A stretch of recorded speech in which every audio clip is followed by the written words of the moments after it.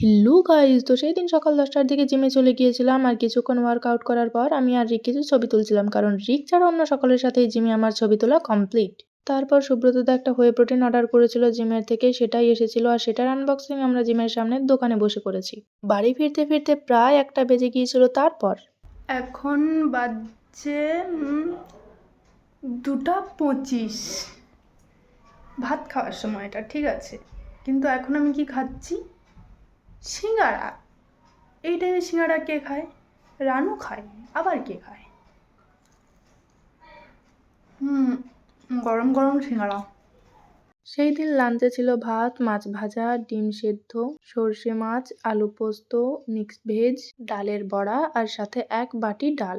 তারপর টানা একটা ন্যাপ নিয়েছিলাম আর সন্ধ্যের দিকে ঘুম থেকে উঠে একটা কেক খাচ্ছিলাম। সেটার ভিডিও করার সময় মা আমাকে ডিস্টার্ব করছিল। কি আর করা যায়, আমি কেক খাই, তোমরা সাবস্ক্রাইব করো।